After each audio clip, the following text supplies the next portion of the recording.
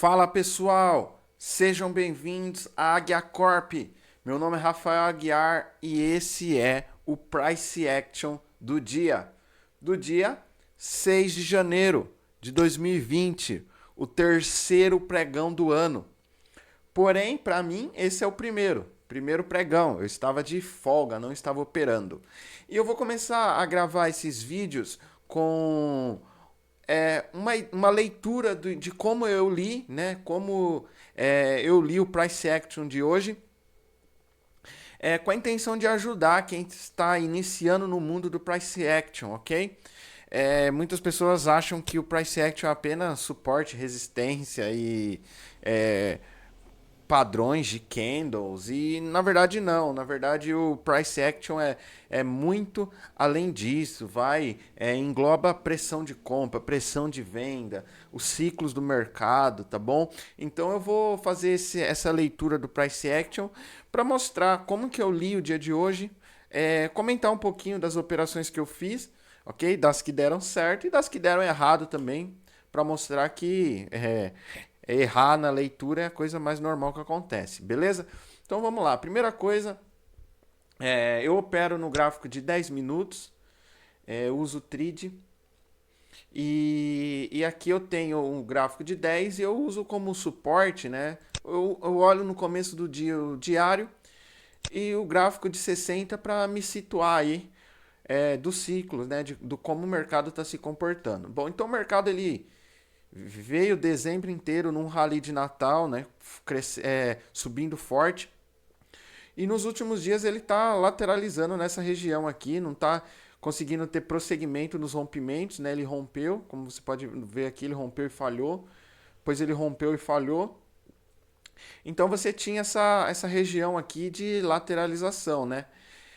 Apesar de você observar que o mercado ele no dia 2 ele subiu muito forte, porém ele deixou um gap, né?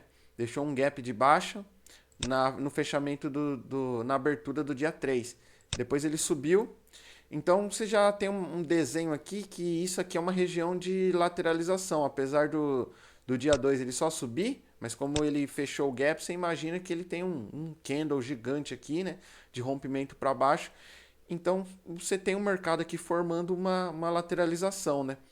E quando ele abriu no dia de hoje, ele abriu bem no meio dessa região, né? Que é uma região complicadíssima para você operar, que é o meio do range, né?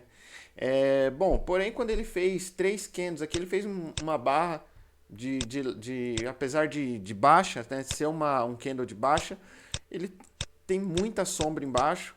Outro candle muito parecido, né? O deslocamento dele está muito fraco. E depois ele fez um candle já fechando perto da mínima.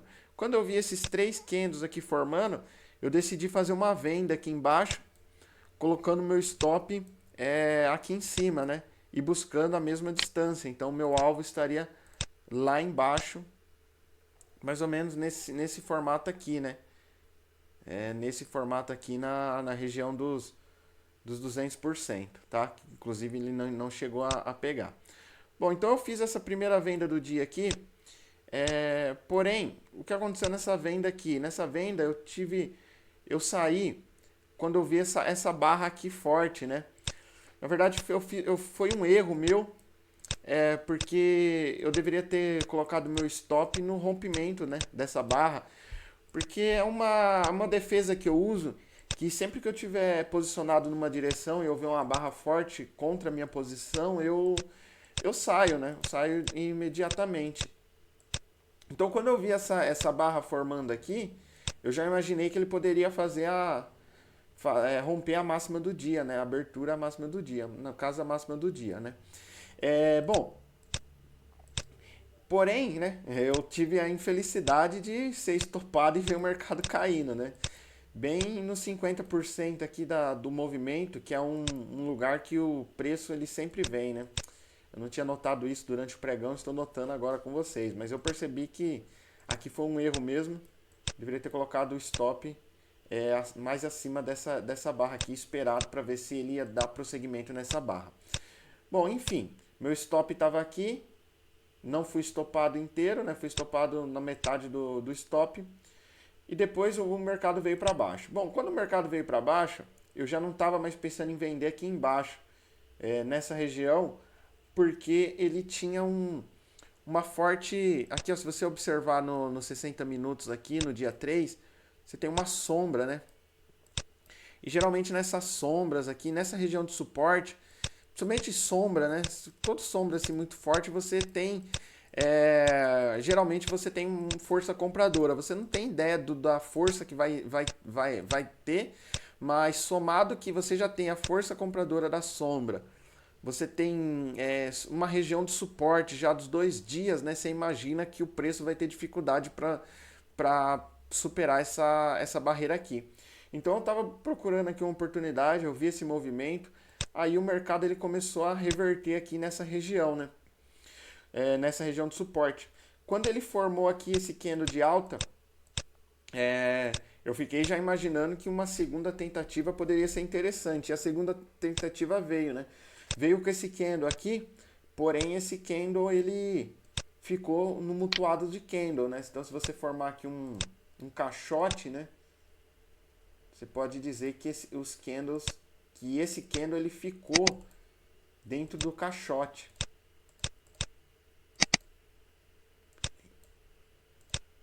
Olha lá.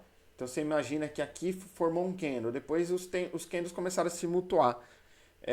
Então comprar aqui não seria uma ideia, né? Apesar de ele não ter dado, né? 347, não, passou longe. Ele não ter dado, mas porque aqui é uma região ainda que ele poderia chegar aqui e romper, né? E foi exatamente o que aconteceu. Ele veio, apesar dele formar esse candle, se ele desse prosseguimento, né? Ou se ele fizesse um candle fraco de baixa e fizesse uma correção, né, uma segunda perna, provavelmente aqui daria um bom trade. Eu compraria aqui sim, se ele fizesse ele fez esses 3 candles bonitos aqui. Se ele fizesse, ou se ele desse prosseguimento, ou se ele fizesse uma correção aqui e eu pudesse comprar essa correção, deixando o stop aqui embaixo, eu poderia buscar essa segunda perna do movimento, né? Mas não foi isso que aconteceu. O mercado ele respeitando essa caixa, ele rompeu e falhou, né? Mesmo com a força que ele deu esses 3 candles, né? Principalmente esse último, ele reverteu com força e deixou esse bonito candle de venda aqui. Que aí eu efetuei uma venda, né? Efetuei uma venda no fechamento desse candle e saí uma vez o tamanho dele lá embaixo. Bom, com esse trade eu recuperei aqui o meu stop aqui e consegui sair com um pouquinho de lucro ainda no dia. Mas você pode perguntar por que aqui, se você olhar, meu stop foi de quase 300 pontos, né? E aqui eu saí com 300 pontos também. Como que esse trade pagou esse stop aqui? Lembra que meu stop inicial estava aqui atrás. Então, se eu entro num trade de 500 pontos, que eu arrisco 500 pontos, eu entro com um lote, né? Se eu entrar num trade de 250 pontos, eu entro com o dobro do lote, né? Porque aí meu risco financeiro vai ser igual. Então, eu sempre busco isso.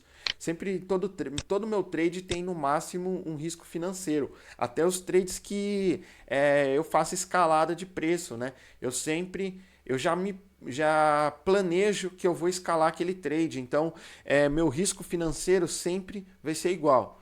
Beleza? Aqui eu já não estava mais a partir daqui eu já não estava mais na frente da tela. Eu já tinha saído para almoçar. E aqui aconteceu que eu acho que foi o trade do dia. Essa barra aqui no fundo da lateralidade, ó, do dia 2, do dia 3 e agora no dia 6, né? Então você tinha esse fundinho aqui. Se você pegar o diário, também era o fundo aqui, ó. Dá para você ver melhor o fundo dessas duas barras aqui, né? Você trazer elas para cá, você consegue ver o fundo dela bem melhor aqui. E bem no fundo ele me deixa uma barra bonita dessa. Bem claro que não foi uma barra muito clara, né? Foi uma barra que estava saindo um pouquinho já da muvuca, né? Do mutuado de candles que ficou aqui. Mas já é uma barra de força, né? E se você tivesse comprado aqui, você poderia levar para cima. Eu acho que esse foi o trade que eu poderia considerar o trade do dia, né? Seria sair aqui com quase 400 pontos. Não peguei esse trade porque eu já tinha saído para almoçar, era meio-dia. Se eu tivesse ficado um pouquinho mais tarde, quando eu comecei a ver essa muvuca aqui, eu já achei que era a lateralidade que acontece meio-dia, né? Sempre na região do meio-dia, você pode observar aqui, acontecem os mercados encaixota, né? Então eu imaginei que ia acontecer isso aqui e eu saí, né? Saí da tela, fui almoçar e perdi um trade desse aqui. Mas essa é uma grande oportunidade, tá? Depois, aqui esse é um. Depois ele começou a buscar, né, a máxima do dia. E aqui ele fez esse candle bonito aqui, né? De rompimento.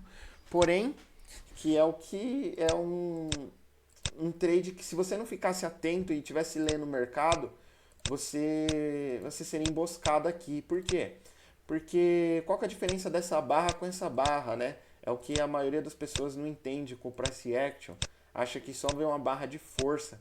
Mas mais importante do que a barra de força é onde que ela aparece, tá? Aqui ela apareceu no alto da lateralidade, tá?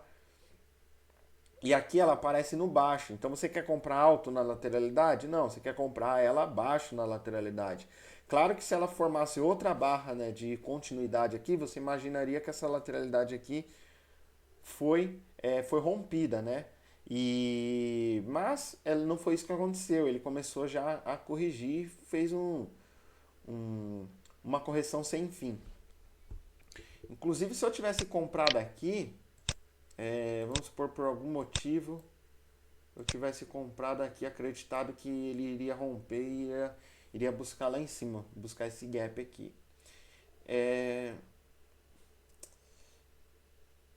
Mais ou menos 1, 2, 3, 4, 5, 6, 7, 8, 9, 10. Mais ou menos nessa região aqui eu já iria estopar. Então, já iria estopar porque eu já imagino que depois de 10 candles já não é mais uma correção normal. Bom, e assim o mercado fechou dentro dessa região, né? Formando aí um dia de leve baixa, né? Mas dentro dessa lateralidade. Beleza? Esse é o price action do dia. Esse é o price action do dia, né? Do dia 6/1, o terceiro pregão do ano. Qualquer dúvida que vocês tenham sobre algum termo que eu falei, só escrever nos comentários que eu vou fazer o máximo para poder ajudar todo mundo que está iniciando no Price Action. Muito obrigado pela audiência e até o próximo vídeo.